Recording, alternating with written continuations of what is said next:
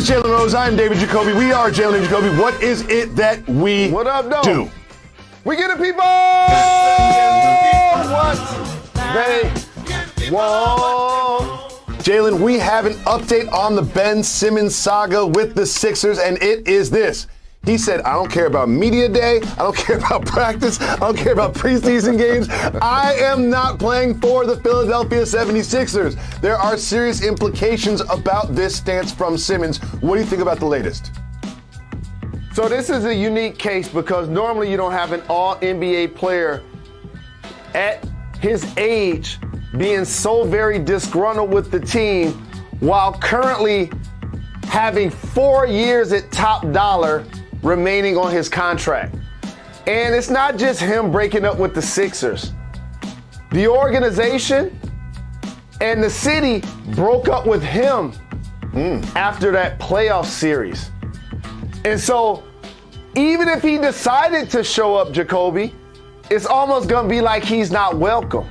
And when you have a fatal flaw in your game, and for him, that's not attempting shots outside of the paint, that's easy for the layman fan, supporter, media member to highlight that weakness. However, if you watch the game and you understand that there's so many ways to impact a basketball team besides shooting the ball, you understand that Ben Simmons is one of the best players in the league that just so happened to not be able to make jump shots. And what ends up happening is the Sixers have the most physically dominant big in the game, Joel Embiid. So therefore, you're going to feed him on the wing, on the block, and he's an MVP candidate. But when he's at his best, he's going to occupy the same areas that Ben Simmons needs to occupy in order to be effective. That's why I said years ago, years ago I said this. If you're going to build around Joel Embiid, you must trade Ben Simmons because he needs to be surrounded by shooters. The second thing with Ben, he's not your point guard. He's your wing. He's on the baseline. He's a secondary ball handler. You get a block, you get a steal, you get a turnover. He's one of the best in the league. He's like Russell Westbrook in the open floor, but he's 6'10". But in the half court, he just can't be your initiator of offense constantly. But he's still a terrific performer. But not showing up at training camp, Jacoby, does not help me move you. It doesn't help you increase your value because the last time we saw you play, your team and the process was getting eliminated again, and yet you had some dubious fourth quarter performances against the Hawks. Jalen, you know I have a lot of sayings, right? And one is your actions should support your goals. If his goal is to get traded, his actions should be showing up to camp to increase his value. And look at the bottom there, Jalen Rose. Every preseason game he misses, it's $250,000. One thing I know that you hold very high is getting your checks. I know that's one of your priorities is getting the checks. Do you think it'll get to the point where he's losing $250,000 for missing preseason games? So this is unique, and that's why I started my commentary by saying he has multiple years left on his deal. Look at athletes like you look at a piece of property, right? Or even a used car. When you're not driving the used car and you're not putting miles on it, it doesn't decrease your value. So for him, not playing and not getting this year's check doesn't necessarily mean that it's going to shorten his career. He's still got multiple years left on that deal. So he's forcing their hand, and he's also acknowledging that this is over. And so because of that, I'm willing to sabotage your season if you don't move me. Oh, you don't want me? I'm the reason that we can't get to our goals. So here's what we're going to do then. Y'all go ahead and play without me. And so this is something that we normally, like with James Harden last year in the Rockets, that was different because he had been there for so many years. He's been an MVP. He was their franchise player. And he just decided that he wanted to go join KD and Kyrie. So I'm going to show up out of shape and force y'all to move me. In this case, he got 4 years left on this deal already. 4 years. So if y'all don't want to move me, I'll just sit back and I'll wait. Well, it's not like Daryl when Morey they don't hasn't move him, tried. the longer it's not like they he take, hasn't tried to Correct. trade Ben Simmons. When I look around the league, I don't see a natural dance partner. People talk about Wiggins in the Warriors. People talk about John Wall in the Rockets, or Dame, or C.J. McCollum, or some sort of Kings package. I don't see a natural dance partner for this to happen. Do you think there's a team out there that's going to be able to get this done before we start the season? So right now, as you mentioned, teams like Houston, Portland, Minnesota are being mentioned. And those could be likely landing spots. But take it from somebody that's been around this game his entire life and has been traded multiple times. Unorthodox situations like this usually lead to deals that you don't see coming involving multiple teams, because everything he isn't offensively, ladies and gentlemen, he is defensively. You just showed me footage of him guarding Trae Young, right? He can do that. When Kevin Durant comes to town, he can do that. He's all NBA defender. He's been an all NBA player. It's just that not shooting the ball outside of the paint doesn't play to his strengths, because you have a great anchor in Joel Embiid. Well, we'll keep an eye on this one. And he, of course, is repped by Clutch Sports, who also reps Anthony Davis, who is now a Los Angeles Laker, along with many other future Hall of Famers. And the Lakers are going to Vegas. They're going to have a 3-day mini camp in Vegas. And Jalen, I'm concerned about this, because when you're in your 20s, 3 days in Vegas sounds like fun. But when you're in your 30s, 3 days in Vegas is too much time in Vegas. Too much time in Vegas. What do you think about the team building trip to Vegas for the Lakers?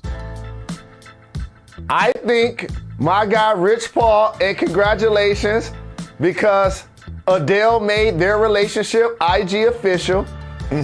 Here's what happens, Jacoby, and I don't have to tell you this. Going to Vegas allows you to get out of the house. That's what it allows you to do. See, you talking about being in your 20s, but what about when you're in your 30s? You know what I'm saying? I don't have to tell you, LeBron got more kids than you, dog. He's trying to get out of the house. Anthony Davis just got married. Anthony Davis just got married, and he's going on his bachelor party after the wedding to Vegas. I'm worried about this. I'm worried about this for Anthony Davis. But all seriousness, this is the OG. This is the OG way to sneak in a bachelor party without announcing it. Boss move. Boss move. I mean, you don't do work it out together. the day or two like before the wedding. Out of the day, you know, that's like 4 hours out of the day. There's gonna be a lot of free time for them to be by the pool, and maybe some establishments outside of the pool. Jalen, when you look at this, the Lakers are short only to the Nets when it comes to the Caesars Sportsbook championship odds. What do you think about those numbers? I'm not mad at those odds. The Nets are my favorite to win the East this year. We can't overlook Giannis, Middleton, and Drew Holiday, the reigning champions. They're going to be in the mix.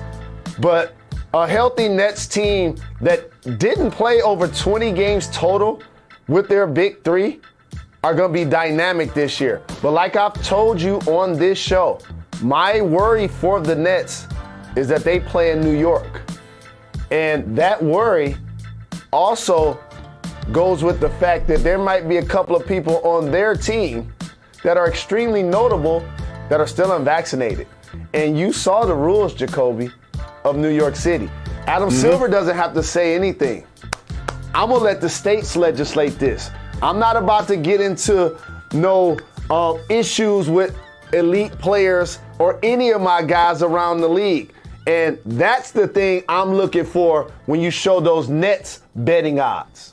Well, Jalen, the Nets general manager, Sean Marks, former teammate of yours, he went out and said that if the season were to start today, there would be some players on the roster, perhaps some prominent players, that would not be eligible based on those rules. Now, Jalen, he says he doesn't expect it to be a problem, so I guess what he's saying is there'll be some Nets receiving shots in the next week. What do you think about what Sean Marks said? I think for the people that are just listening to Sean Marks, That might be breaking news. And Kevin Durant, shout to him, as I just was with George Gervin the other day. I'm calling him Iceberg Slim for years. James Harden will show up at camp in shape. Kevin Durant is an unstoppable scorer. Kyrie Irving, the best handles in the game, the best left hand in the league. It should have its own League Pass channel. But if they're not all vaccinated, that's going to be an issue. And you're not finding out this for the first time if you watch J&J. This is actually broken news to you because this is something we kind of talked about a few weeks ago. So it's going to be interesting to see how this plays out. Well, one way I could see it potentially playing out is there is a loophole. You cannot get vaccinated for religious and or health reasons. So perhaps that might be something that the players use to their advantage to make sure that they go on the court, even if they did not get a shot. Jalen, we learned a little bit about Jimmy G and who he goes to when he needs advice. It is coming to you live from the Seaport and brought to you by Chase. Welcome back to Jalen and Jacoby. Jalen Rose, Jimmy G said that he's going to seek out Aaron Rodgers for advice on how to sort of navigate things as a professional quarterback in the NFL. And I find this interesting because it seemed like Aaron Rodgers was kind of sort of trying to take Jimmy G's job on draft day. What do you think about this? It's a dirty game. I learned that a long time ago. The same person that's smiling in your face is sending an email trying to take your job. And that's what Aaron Rodgers was actually doing on draft day, trying to navigate himself to California to play for the 49ers. And again, if you're Jimmy Garoppolo and Aaron Rodgers knows your name, you definitely are happy to use him as a source. But it would be I would not be surprised, however, if we look up and this time next year, Aaron Rodgers is actually playing quarterback for the team that Jimmy Garoppolo is advising him about. I'm just saying. Exactly. I could see these two switching places. We'll see if that happens in time. But one thing I do not see happening is Aaron Rodgers returning to the Packers next year. We have some bad news. It has to do with quarterbacks. Big Ben Roethlisberger has a pectoral injury, and that is just another in a slew of injuries for the Steelers. How much trouble is Pittsburgh in? They're in a lot of trouble, and Big Ben isn't aging like Tom Brady. Like at the height of his career, Big Ben like being almost like a refrigerator in the pocket. Big, sturdy, strong, shaking off tacklers, Super Bowl champion, being willing to take the hit and make the big throw. But that has caught up with him. And each season, it seems like there's one injury after another. And I said this about Carson Wentz as well. You just can't go into a season at this point of their careers and think you're going to rely on them. Yeah. You're just not going to be able to go into a season and say, he's going to be my guy for 15, 16, 17 games. And so for the Pittsburgh Steelers, it's going to be interesting to see how they respond without Big Ben in the lineup. Again, remember they started 11-0 last year. They had some injuries on defense last year. They have injuries on both sides of the ball this year. I do not see good things in the future for the Steelers. They've got Mason Rudolph and Dwayne Haskins. Don't forget Dwayne Haskins, who had shown some flashes in the preseason. Perhaps he'll get an opportunity to be the quarterback for the Steelers. Jalen, Conor McGregor. Conor McGregor's been in the news. He's been, you remember the VMAs, he was arguing with Machine Gun Kelly, and now he went out to the Cubs game and threw out the first pitch. And Mr. Rose, what do you think about McGregor's first pitch here? Shout to Machine Gun Kelly and Megan Fox. They were just in the D yesterday. Conor, those pants are so tight that I understand why you threw it in the stands. You know what I'm saying? Because if he'd have stretched his leg towards the plate, his pants would have burst. So I understand why it ended up in the stands. The only one that was worse for a guy that I know that can throw hands, Curtis 50 Cent Jackson. Where's his? Yeah, Where's 50 Cent when we need him? Here's the only one that was worse. We got Mr. Wahlberg here. I mean, that one just got away from him a little bit. And of course, Bill Murray at the Cubs game. That was intentional. But Curtis 50 Cent Jackson on purpose. Bill Murray's so a legend. Impressive. This one right here. I love it so much. Conor McGregor also can't throw footballs. I don't know if you remember that Dallas Cowboys game. He can't throw anything except for punches. And then Jalen Rose, show us how you do it. Show us how you do So you got those Show loose how you pants. do it. That looked good. There it is. Look at this one right down the middle. Look at that. Look That's at how you that. get it over the plate, baby. Oh, shout out to Jimmy. Looking like Shohei.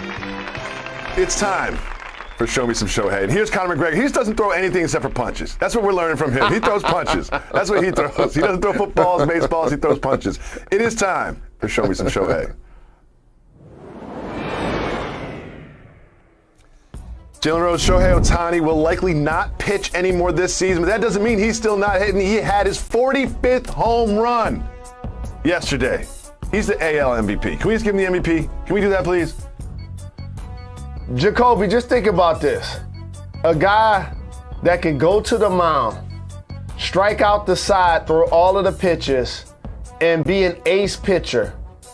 Also hit his 45th home run. So I want to ask you a question. Okay. How many home runs would he have if he wasn't pitching? Just think about that for a second. He got 45 right now, and that's as a duality with pitching. If he did not pitch and he focused solely on hitting this year, how many home runs do you think he would currently have? I honestly think that he is such a